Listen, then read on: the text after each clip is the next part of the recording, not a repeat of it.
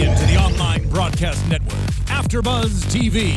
Over 20 million weekly downloads in over 150 countries, and your number one source for after-show entertainment.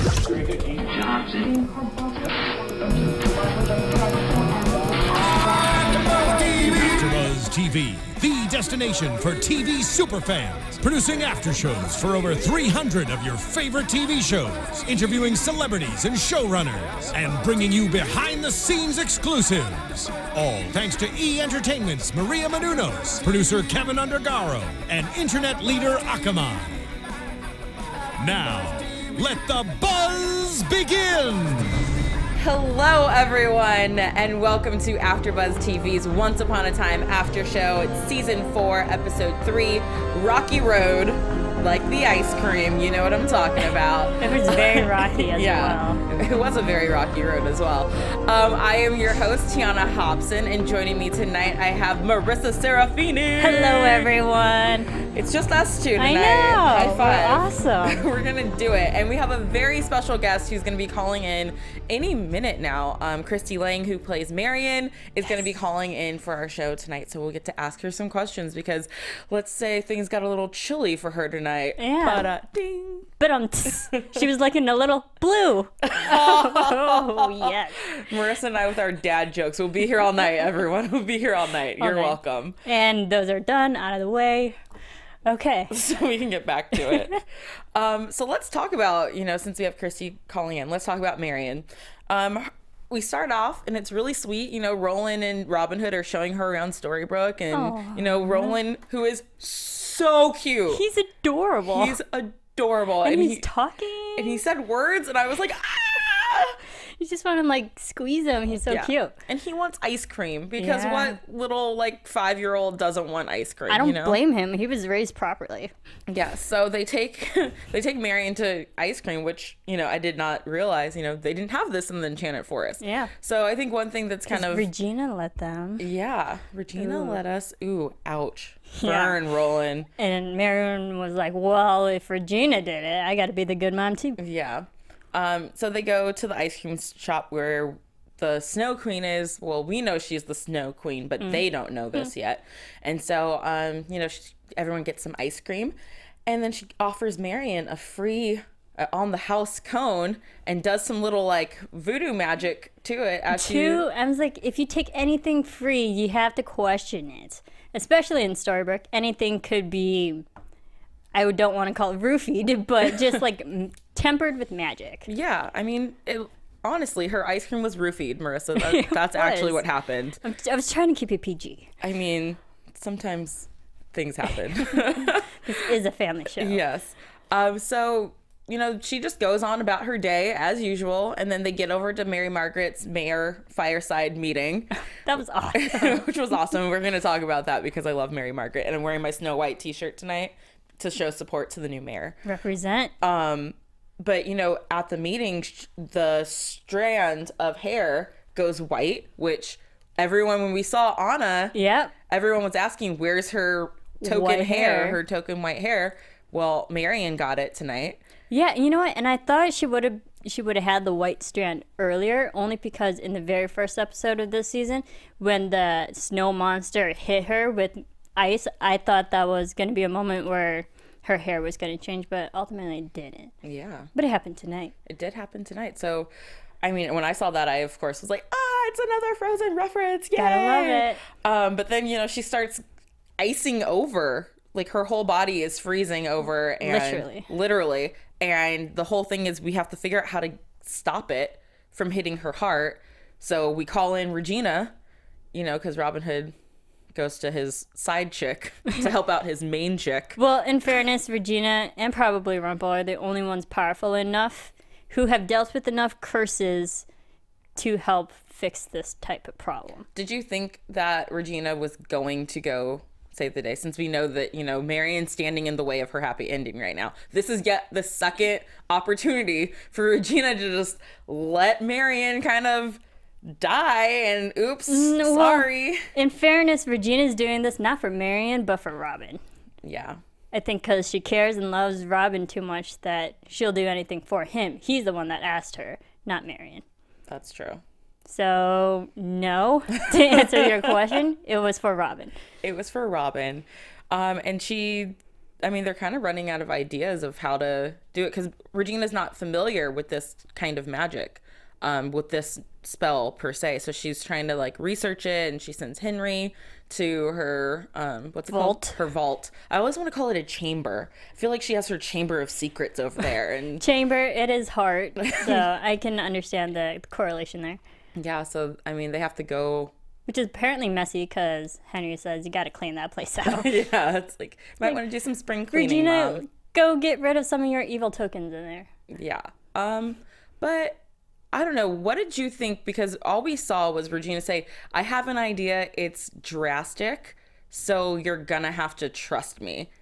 And then, we don't know what she's going to do. What did you think that the drastic thing was going to be?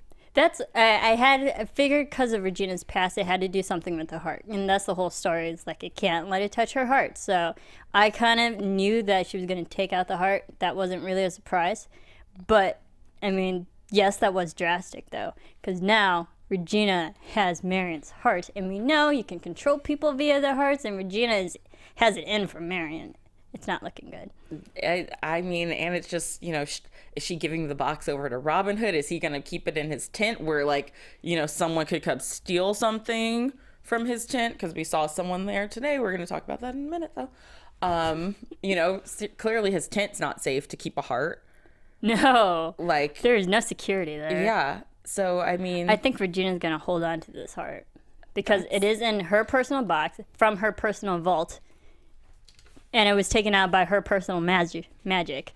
So Regina has control. So did she only send Henry over to the vault to get the box to put the heart in? It seems like it, Hey guys, we have a caller on the line. Excellent. Hello. Hello, Hi. caller. Hi, Christie Laing. Yes, this is Christie Laing. Hello, everyone. And thank you so much for calling in. We have Marian on the line again. Oops. Hello, are you still there? Hi, everybody. Hi, okay. So we were just talking about your little situation in tonight's episode. Marian gets frozen. Oh, it's so cold. I bet. Marian wasn't looking too hot tonight. No, I know. It was pretty chilly tonight, definitely. So for when you found out that you're coming back for this season, how much did they tell you that your character was going to be involved? Because clearly with last season's cliffhanger, Marian coming back into Robin's life, and a lot of people being upset about that because of his relationship with Regina. So how did you feel coming into this season? What did you know about your character? I didn't know too much. I knew that some of the Robin, Marian, Regina stuff would play out a bit.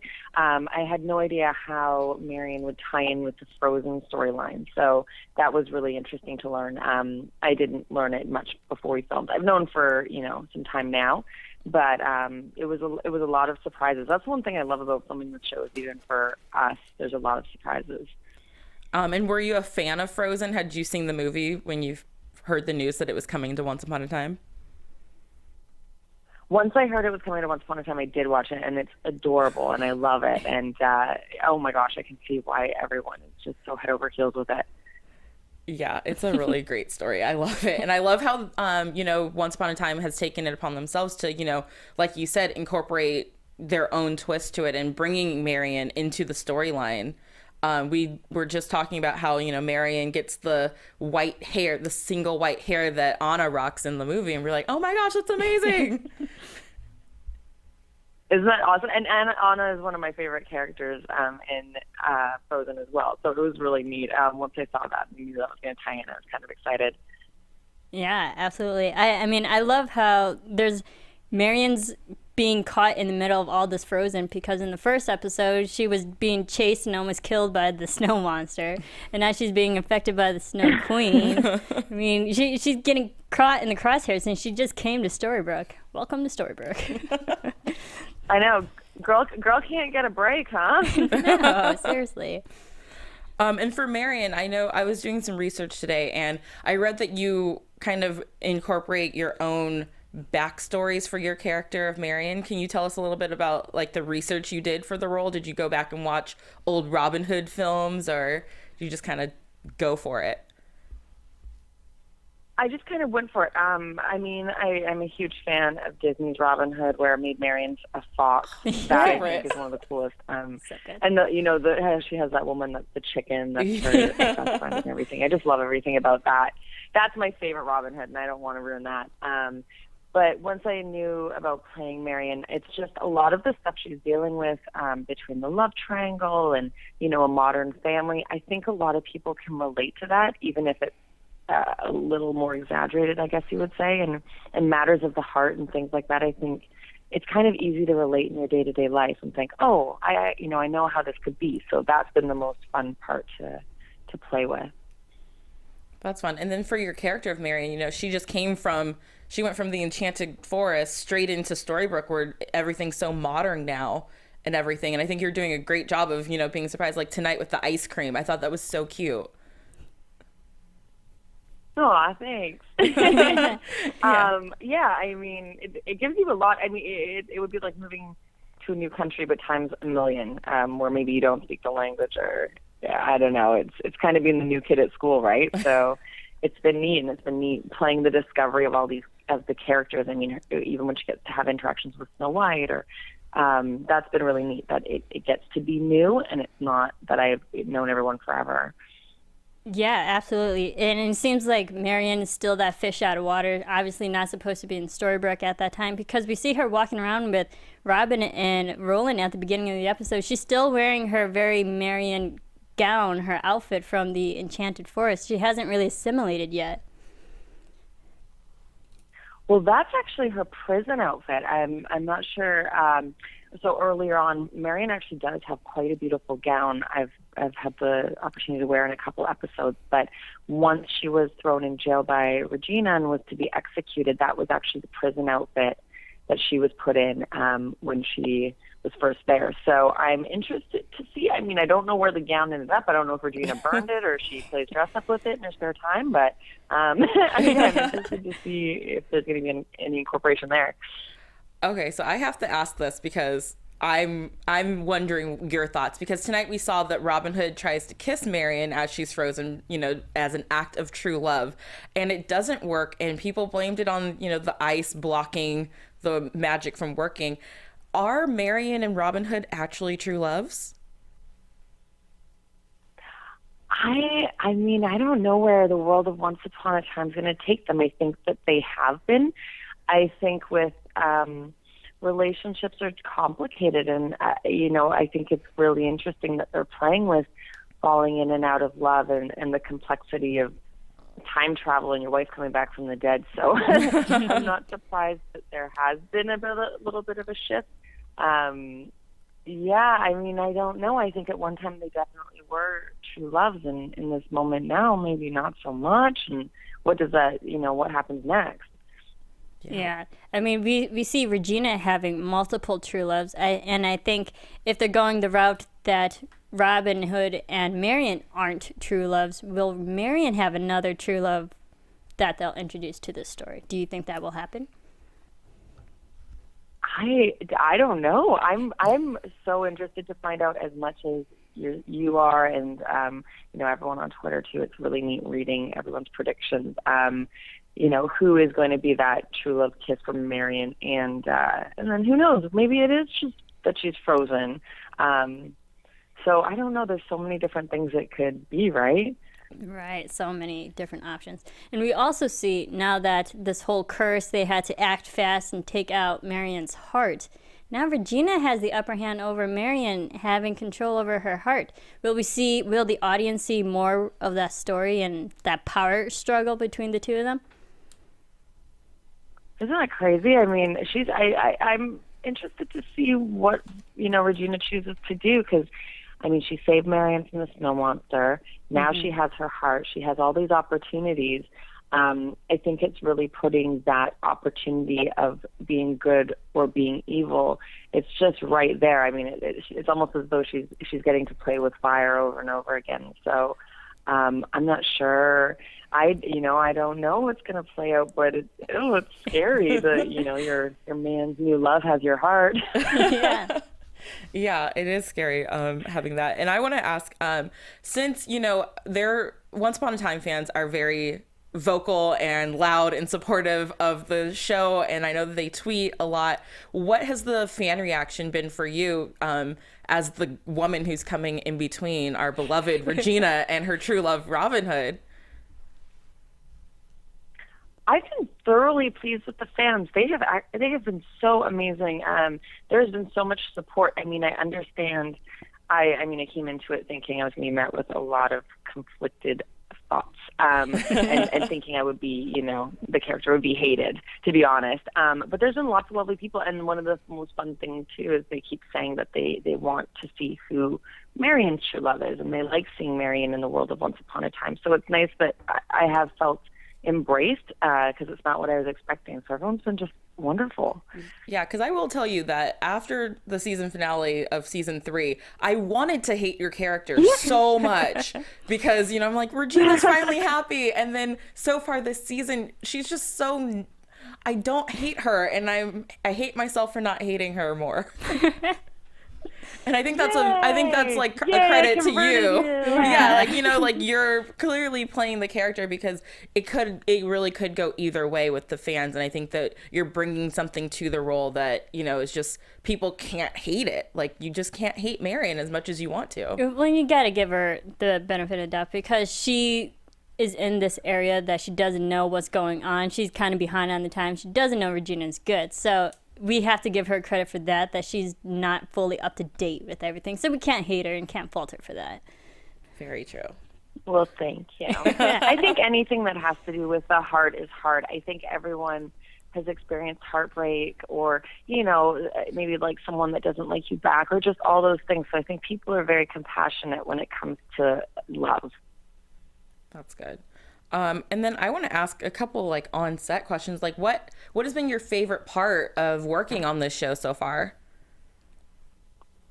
The main cast is absolutely amazing. On top of that, though, working with Rafa, or who plays Roland, is one of the biggest joys on set. He is just the brightest and funniest kid, and he's constantly blowing my mind.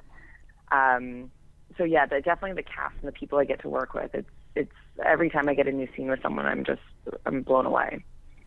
Oh, that's fun. And then do you have any fun stories of something that's happened on set with you guys filming? I know you guys, have been filming for a while now up there in Canada. One of my favorites was when we were filming the premiere. We did the big snowman scene, and Sean, Robin Hood, he did, so we had to, pretend the snowman was coming to get us and jump back a little bit, but they want us all to be safe. And he went into a full-fledged backflip, like a complete stunt person that was on wires or something. It was absolutely hilarious. Everyone burst laughing and went, we don't have to jump that far. So it was hilarious. That's amazing. That's great. What other things do you have coming up?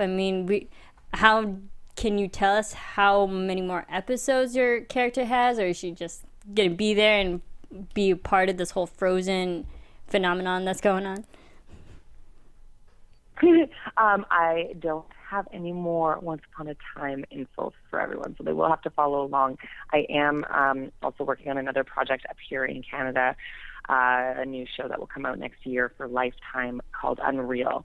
So I am definitely still up in Canada doing some filming.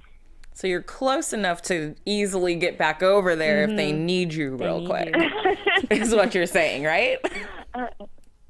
I'm not on the other side of the world. Hey, Adam and Eddie, just, it's she's a right there. Quick phone call. She's right there. I have a couple Twitter Twitter fan questions. At Glee Demifan01 wants to know who is your favorite couple on the show? Ooh, I really have loved Hook and Emma together. Me too. The complexity of the relationship. But I also really like Snow and Prince Charming. I just think them as new parents and everything. I don't know. I've really loved them together this season. They've had a really nice banter. I definitely agree with that. I think that those two are my top two couples as well. I'm a huge Emma and Hook fan. Marisa hates it when I say this, but I say I'm a hooker for life. Which sounds a lot worse than it actually is. But that's the hashtag. As long as it's not your pickup line, then I think it's okay. Okay, Right. thank you. There's that fine distinction there. Yeah, and then another at Regal Hargitay wants to know if you ship the Outlaw Queen, which would be your rival. That is a tough one. I know. I think, I want Robin Hood to be happy. That is what I think. It's a very good answer. Very, very good answer. That's a safe answer. I'm a big Robin and Regina fan myself as well. I mean, not that Marian isn't great, but I was like, I really do love their chemistry and their relationship. It's hot. It's hard to watch. I mean, it's hot and heavy. And complicated. And very complicated. Well, Christy, Yeah. thank you so much for calling in tonight. You're doing an amazing job on the show. We're having so Yes. much fun watching you, and I think you're doing a great job with everything. Thank you so much for having me. I love calling in and chatting with you, so thanks. Yes. Yeah, and if you're ever in LA, you can actually come by the studios and chat with us too. We don't I bite. would love to do that. I will definitely take you up on that when I get out of Vancouver. Yes. Excellent. And where can fans find you on social media so they can, follow your journey there? Yeah, fans can tweet me at Christie Laing, or they can also follow me on Facebook, Christie Laing. Also, Perfect. And that's Laing, correct? yeah, ChristieLaing. Great. Great. Well, keep up the great work. We really do love Once and everyone who's a part of it. You're doing an amazing job. I love the Marian story and how they're really portraying this version, the new age version of Marian. It's great. Thank you. I'm so excited to be a part of it. Yes, so are we. Yes. Well, thank you so much, Christy, and we'll talk to you soon.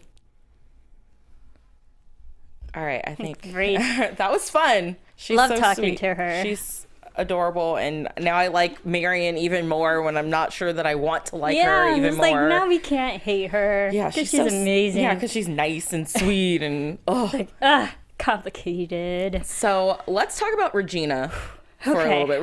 We're gonna transition over to Regina.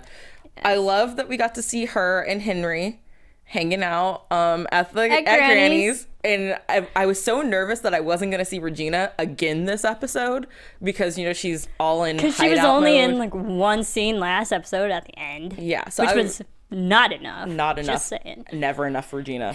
But I loved that, we see her with Henry. She brings him some comic books. And then she's kind of trying to pull one over on him and be like, oh, so like, don't you ever wonder who wrote your book? The book? Very subtle, Regina. Yeah. Very. And Henry's just like, yo, what do you want? What's up?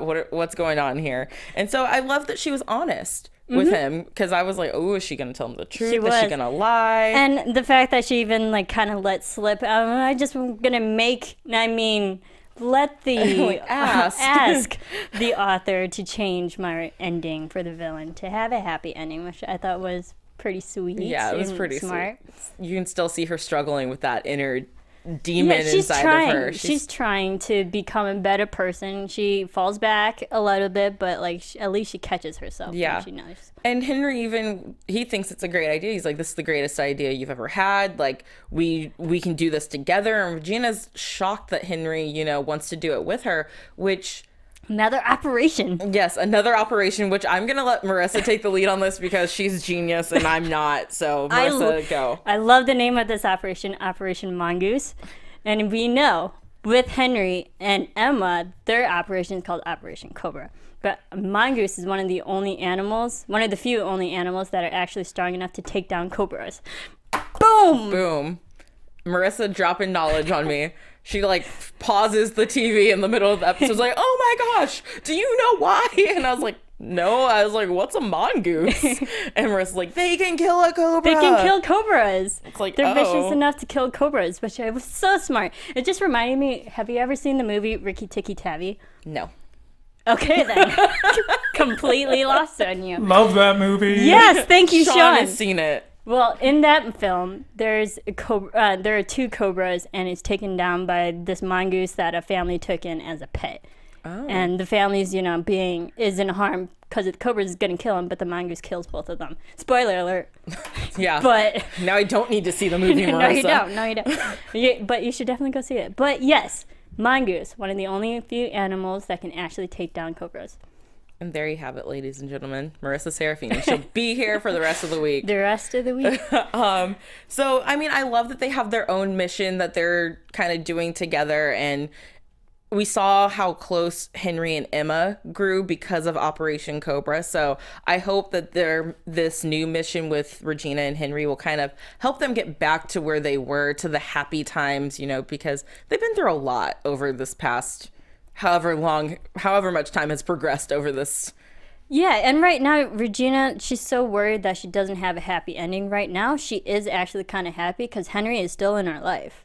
That is one of the only few happy endings that Regina will get, is to have Henry, and he's there. So, I mean, not all hope is lost for her right now. Exactly. Yes, she wants the ending to ultimately change, but right now, she has it with Henry. Yes. Or she's trying to, at least. She is trying with Henry. And speaking of moms, we can go over to Mary Margaret, or Mayor Snow White, who's multitasking, and she's juggling a lot right now. She does not want to let that baby out of her arms. No. Like, she wouldn't even hand him over to his father. She's just like, nope, I will hold him at all times. Everything's great. I can do it all. I'm super mom. And so she's having this mayoral fireside chat with, everyone, and everyone, is freaking out over the ice wall, and she's trying to keep everyone calm and stuff. And then that's when Marian, drops. But then what I thought was great was her conversation with Archie. Because, you got to love Archie, because he's so that good guy he's never off the clock. If he charged hours for the amount of advice he gives outside of the office, he'd be retired. Yeah, he'd be the richest man in Storybrooke. Yeah, and but that just goes to show with Archie's character, who he is as a person, that he's just there to willingly help people.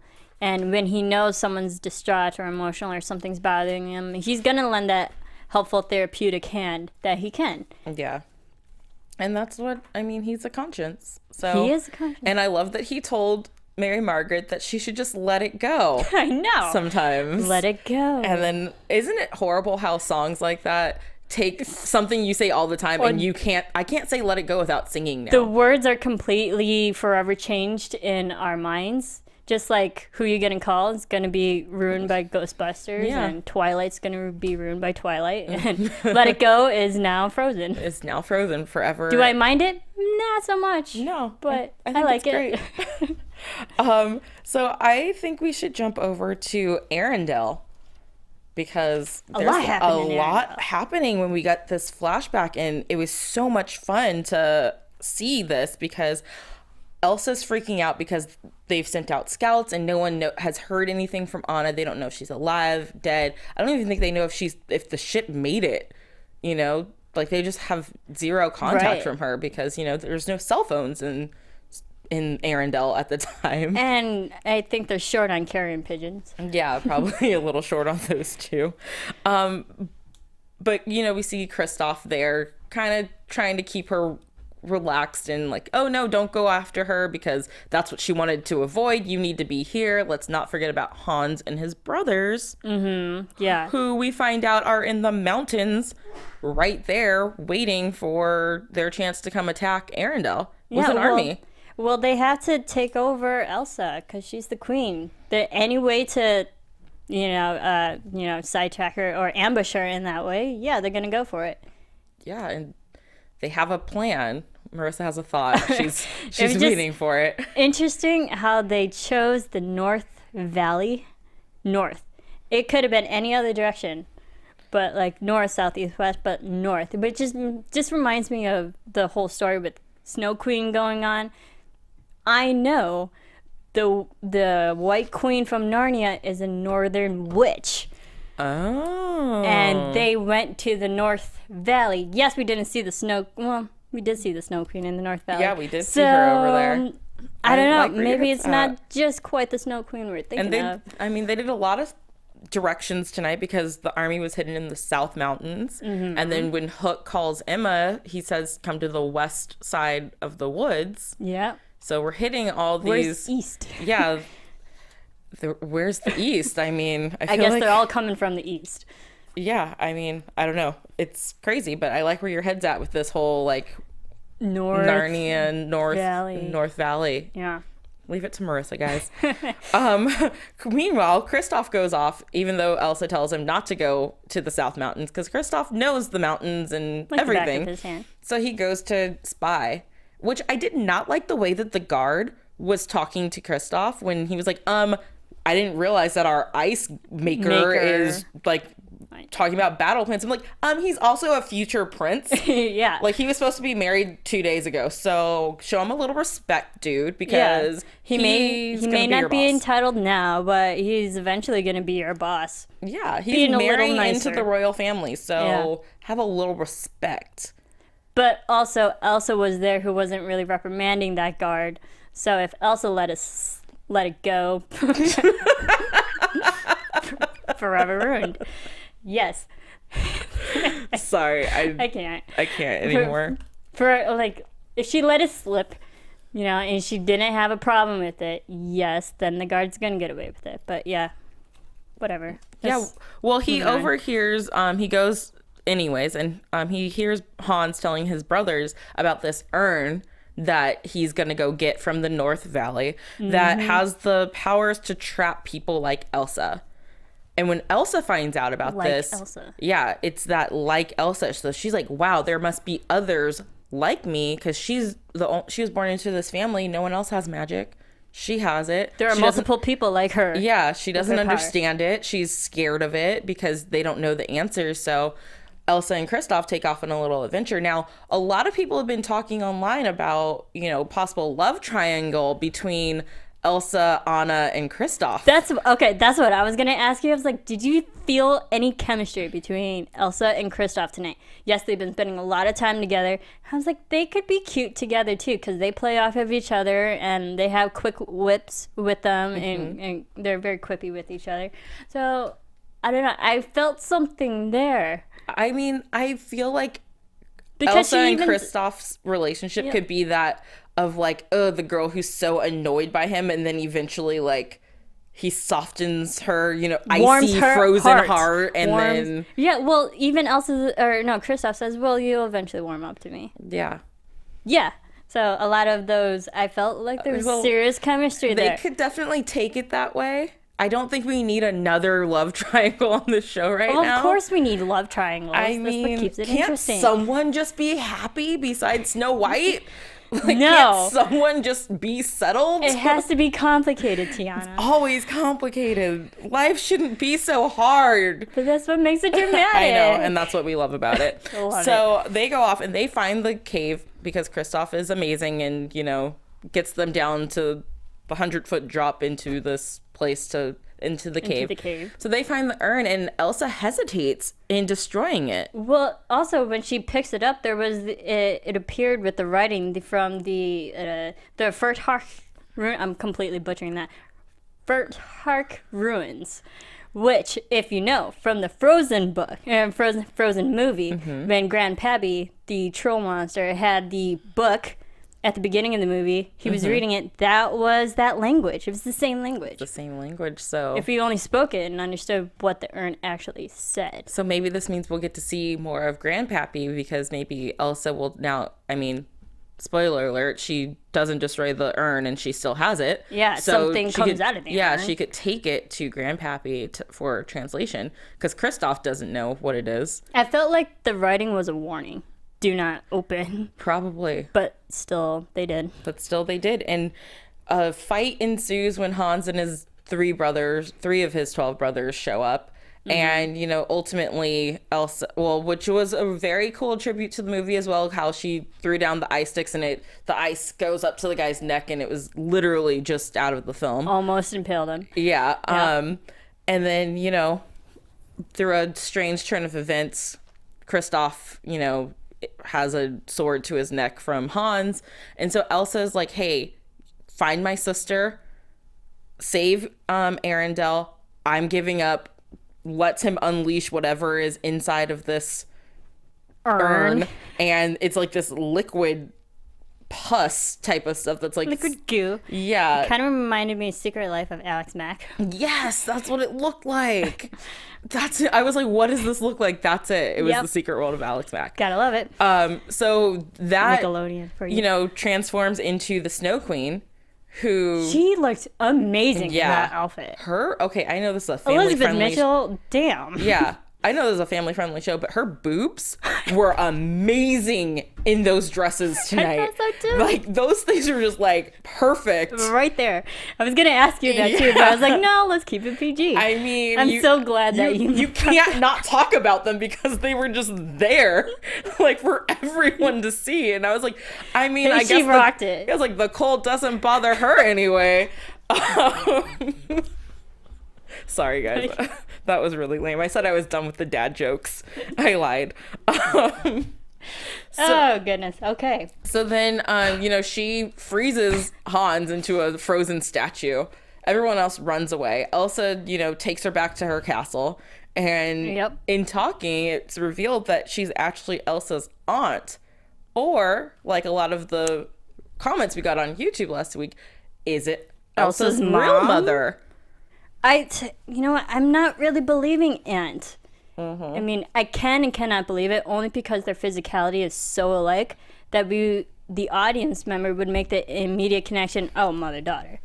But to be an aunt, already a step kind of removed from that immediate connection, I just question it way too much. I mean, I could see if she's telling the truth about even being Elsa's mom's sister. If that's true, I could see them being scared of this child, or, you know, scared of the sister, trapping her in the urn, or, you know, however she got in there, and taking the child and raising her as their own to try and save her from the evils of this power. But I don't know if I even believe that she's really related.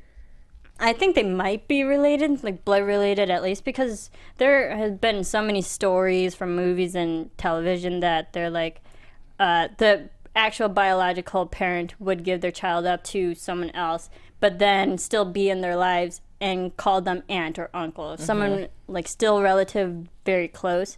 So I can kind of see them going the same route with this, that the Snow Queen is Elsa's real mom, but only calls herself aunt. Yeah, I could see that too. But I mean, I guess we'll have to wait and find out some more because, I mean, it sounds like, you know, she's there to stay, and she does offer to say, like, they're going to find Anna together, you know, so it sounds like they eventually get really close, and maybe she helps her find Anna, maybe she doesn't. And the thing with the Snow Queen, how they're portraying her in this show, is that she doesn't seem fully evil. She seems fully misunderstood by people, which a lot of the villains are misunderstood. Yeah. And I feel like, because even, not to jump too far ahead, we're going there anyway. Take us there, Marissa. When they're in the Enchanted Forest and there's that whole showdown back in Storybrooke, and she says, she's gonna kill Hook in that way, and she's like, it's gonna make it look like you're at fault and everyone's gonna blame you and hate you for that. So it seems like she's definitely jaded because people didn't understand her and her power, and was afraid, and therefore, just like Regina, you know, people didn't understand her, so she would act out in certain ways, and I think that's what Snow Queen is doing. She's acting out just to maybe kind of prove it for a point, in a way. I could see that happening, and she seems very jaded by society. Definitely. You know, because everything she says is, everyone always turns on people like us. It doesn't matter who they are. Everyone's going to turn on you. Everyone will turn on you. So it's like all the normal people. So it's like, is she really evil, or have so many people just turned on her and made her into this villain that she has no choice but to be on the defensive all the time. Exactly, and same with Regina, because Regina says people only know me as evil, and therefore Regina did certain actions that would make her so quote unquote evil. It's the same kind of story. It is. And Elsa doesn't remember anything from the past. Something happened. Well, we find out that after they find the Snow Queen, grandpappy took away. Yeah, that they took away the memory. So they're, you know, we have this whole hunt going on in Storybrooke where everyone's trying to find the person behind this. All the villagers, you know, Grumpy, Granny, and Archie trying to be the voice of reason. Everyone's out like with their pitchforks almost like, we gotta find Elsa. This is all her doing with the whole Marian thing. You know what's so funny is that the whole town is really acting faster than they normally would.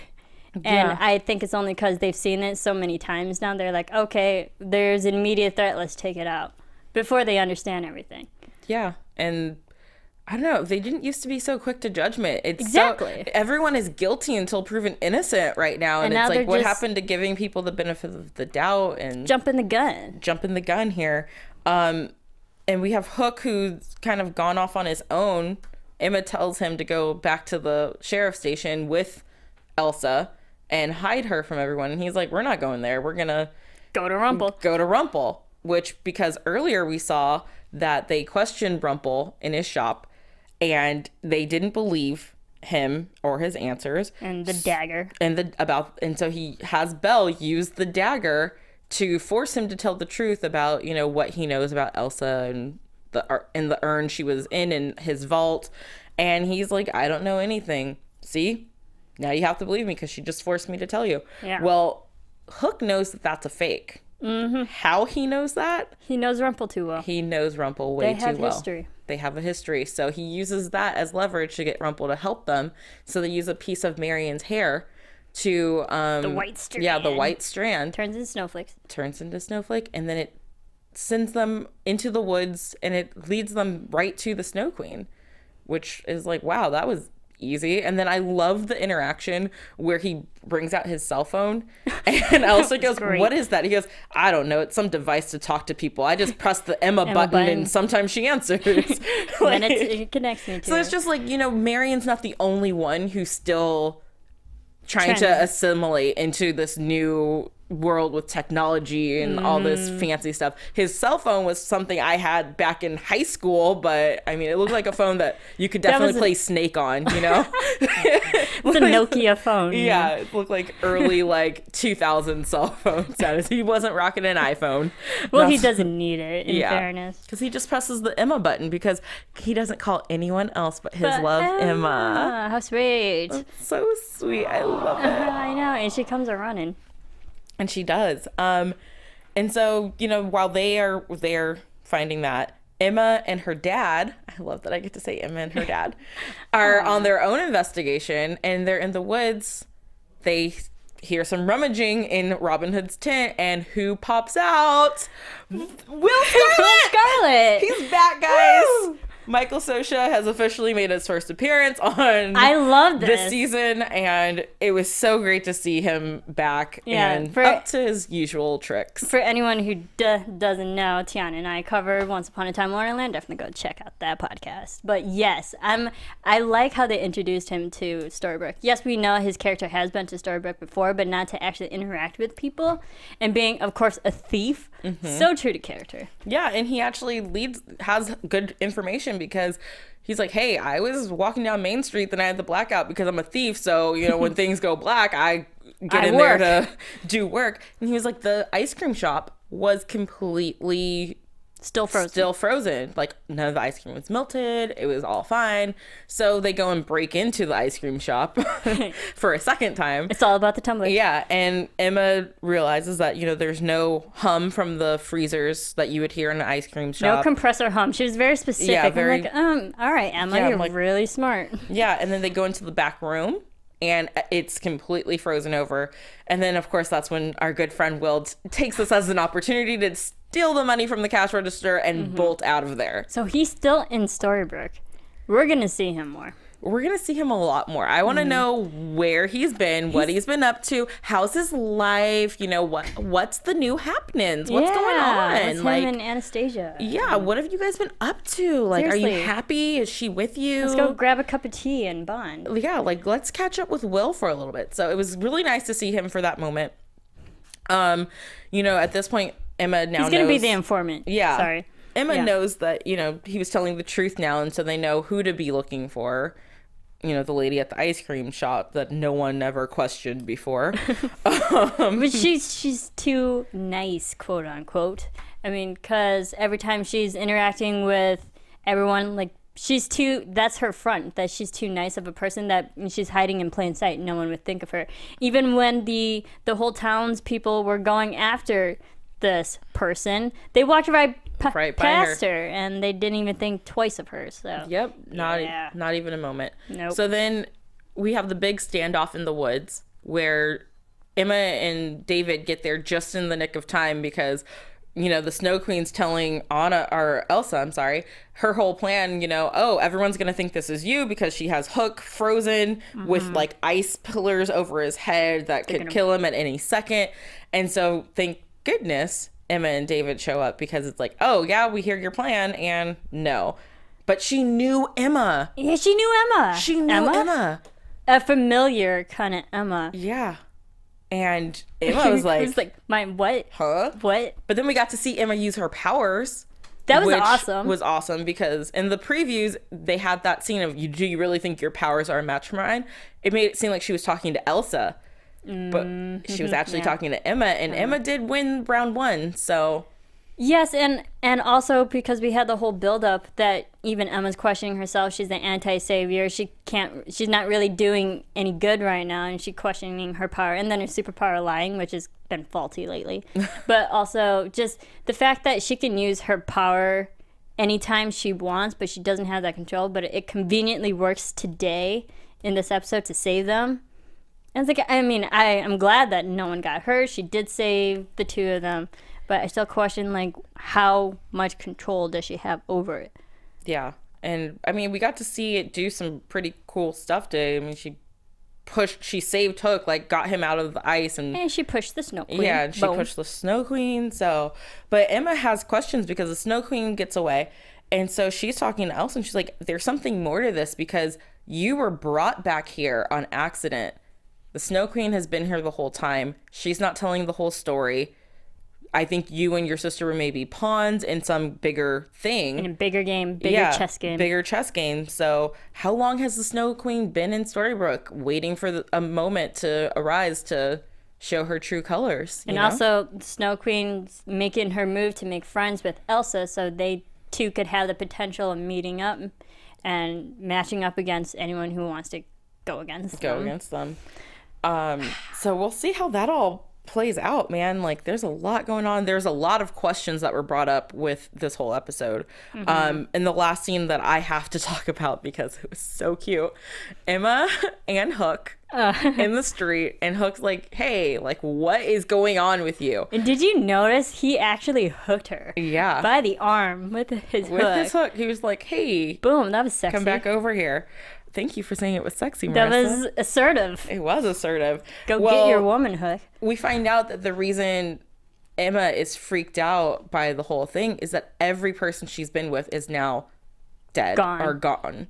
You know, it's Neil, it's Graham, and it's Walsh, that freaking monkey. Who cares about Walsh? Yeah, but everyone's gone. And Hook tells her that the one thing he's good at is surviving, so she doesn't have to worry about him. And then they start making out in the middle of Main Street, which never has any cars driving down it after like 8 p.m. when the lights go out. It sounds like my hometown. Yeah.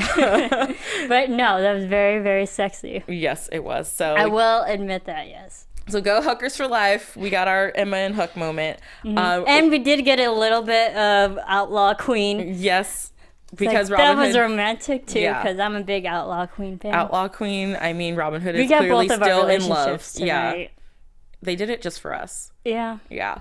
Because they knew we'd be covering it. Yes. Well, since we're running out of time, we're going to skip news and gossip and go straight to our predictions. And now, your AFTERBUZZ TV Can I just start off by saying, I know Marissa has a lot of predictions and I don't, but that preview, Emma and Hook are going on a date and I'm so excited about it. Like, she called and was like, I'm asking you on a date. And then she looks so pretty and he has a hand. Like, that feels very reminiscent to like The Little Mermaid. What did he give up to Rumple to get a hand? Is it just for a day? Is it for forever? Because, I mean, he really should have a hand now that he's in Storybrooke, I think, personally. A human attachment, or Yes. human ligament. I agree. Predictions. We know the Snow Queen knows Emma. Emma doesn't know Snow Queen. They've obviously been infected by memory. Who was it? Was Rumple's doing? Because Rumple, at the end of the episode, we know Rumple knows about Rumple. Snow Queen. Snow Queen knows about Rumple.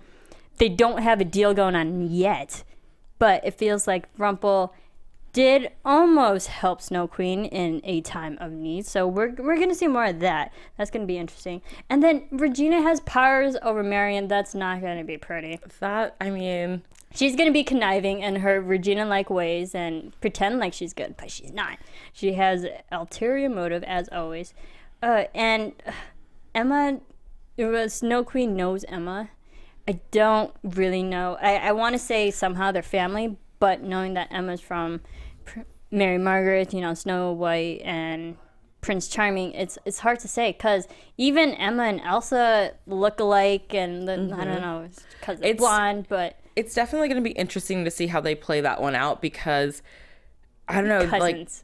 Maybe cousins. But that would mean that somehow Mary Margaret and David are related and intertwined in all of this too. I don't know what's going to happen with that, but I can't wait to see how they play it out. And maybe something happened where the Snow Queen was actually in Emma's life, like, before she knew about Storybrooke. Mm-hmm. Maybe she found a way around the curse and got to, like, wherever Emma was in a foster home or something when she was a kid. Yeah, and another completely random note, I think Henry has powers. He is innately magical. He comes from a magical family. He has to have something. I think his is kind of like... Dormant. They're dormant. Yeah, it's dormant until something's, like, enacted. Activated with Rumple. Well, guys, make sure you guys keep the conversation going.